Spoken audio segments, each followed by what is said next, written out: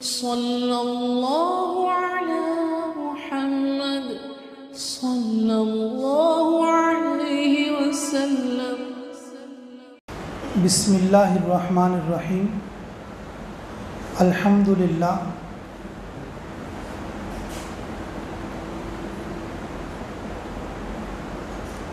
آج جمعہ ہے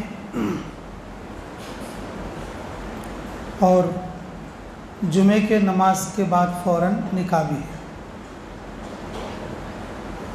اس لیے نکاح کے بارے میں دو چار بات کر لیں گے انشاءاللہ۔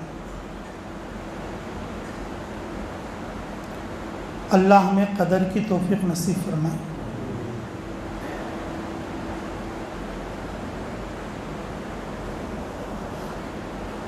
نکاح کہیں بھی ہو سکتا، شادی خانے میں بھی کر سکتی، گھر کے پاس بھی کر سکتی، نکاح ہو جاتا۔ لیکن ہر نوجوان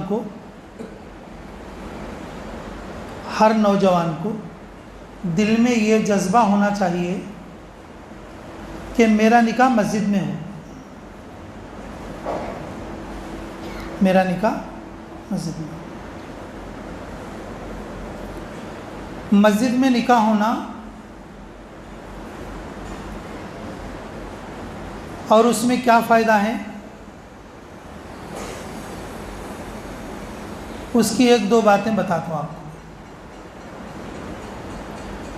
مسجد کے علاوہ دوسری جگہ اگر نکاح ہوگا سب کو وضو نہیں رہتا،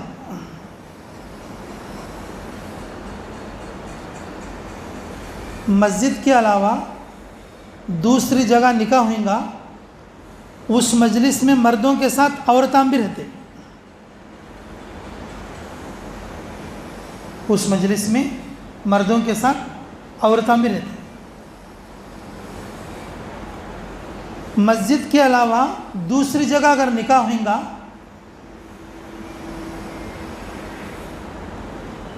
دعا جو مانگی جائے گی وہ دعا اللہ کے دھیان کے ساتھ نہیں ہو پائے گی۔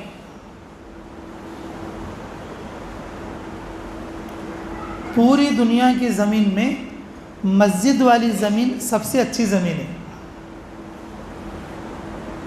پوری دنیا کی زمین میں مسجد کی جو زمین ہے سب سے اچھی زمین ہے۔ مسجد میں جو دعا مانگی جائے گی تو قبول ہوگی۔ اب کون سا شو ایسا ہوگا کہ وہ یہ دل میں ارادہ رکھتا ہو کہ نکاح کو میری دعا مانگنا لیکن میری دعا قبول نہیں ہونا، ایسا بول لیتا سو شو کون تو ہے کیا بات؟ نکاح کے لیے نکاح پڑھانے والے قاضی صاحب، نکاح پڑھانے والے مولوی صاحب، نکاح پڑھانے والے امام صاحب، انہوں دعا کرنا میرے واسطے لیکن وہ دعا قبول نہیں ہونا، ایسا بول لیتا سو شو کون تو ہے؟ عارس والے بھی شو والے بھی کیا بول لیتی؟ میرے بیٹے کا نکاح اچھا ہونا، قبول ہونا، اس کے لیے جو دعا مانگی جاتی ہے وہ دعا قبول ہونا کو بول لیتی۔ تو سب سے اچھی زمین پوری دنیا میں وہ مسجد کی زمین ہے، چاہے وہ افریقہ میں ہو، چاہے وہ سعودی میں ہو، چاہے وہ انڈیا میں ہو، چاہے وہ بنگلہ دیش میں ہو۔ مسجد کی جو زمین ہوتی ہے دعا قبول ہونے کے اعتبار سے اچھی زمین ہوتی ہے۔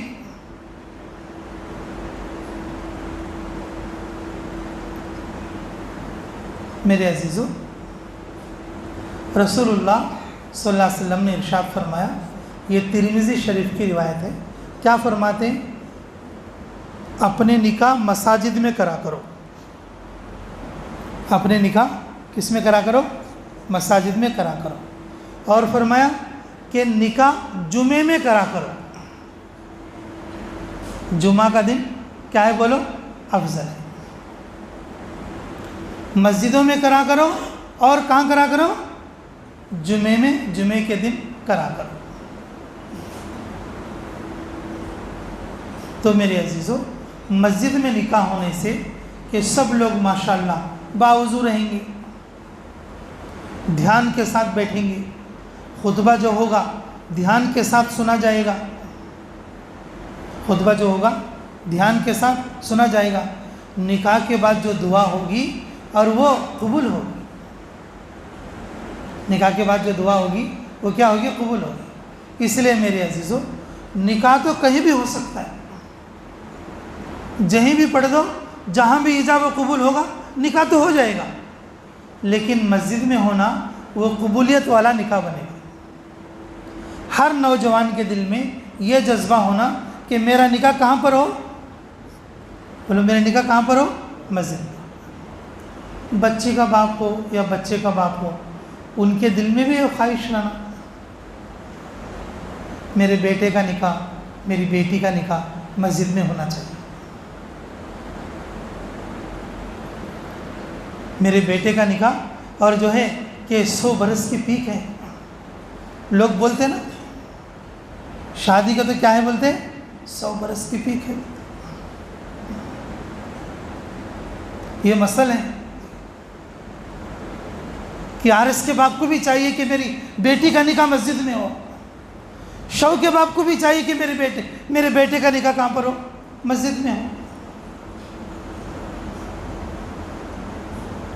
مسجد میں نکاح کرنا من وجہ سنت ہے،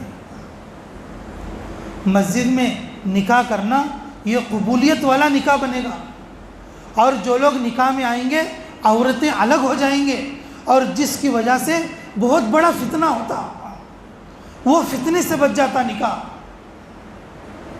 اور جتنے لوگ رہتے مسجد میں اللہ کے فضل سے سب لوگ باوضو ہوتے۔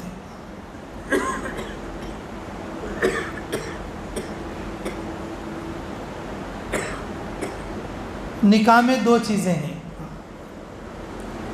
ایک چیز ہے عبادت اور ایک چیز ہے معاملہ، ایک چیز ہے عبادت اور ایک چیز ہے معاملہ۔ معاملہ کیا ہے؟ قاضی صاحب پوچھتے کہ قبول کیا کیا؟ تو دولہا بولتا کہ قبول کیا، اسے ایجاب و قبول بولتے، یہ معاملہ ہے، یہ کیا ہے؟ معاملہ ہے۔ اور اس کے علاوہ دوسری چیز کیا ہے؟ عبادت۔ عبادت کیا ہے؟ خطبہ نکاح ہے۔ عبادت کیا ہے؟ خطبہ نکاح اور دعا، اور دولہے کو دعا دینا، دولہے کیا دینا؟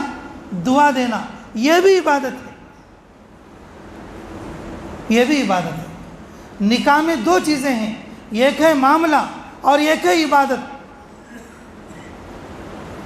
اگر تمہیں معاملہ اگر مسجد سے باہر کرنا چاہے تو بھی، لیکن عبادت تو مسجد میں ہونا چاہیے، عبادت تو کہاں ہونا چاہیے؟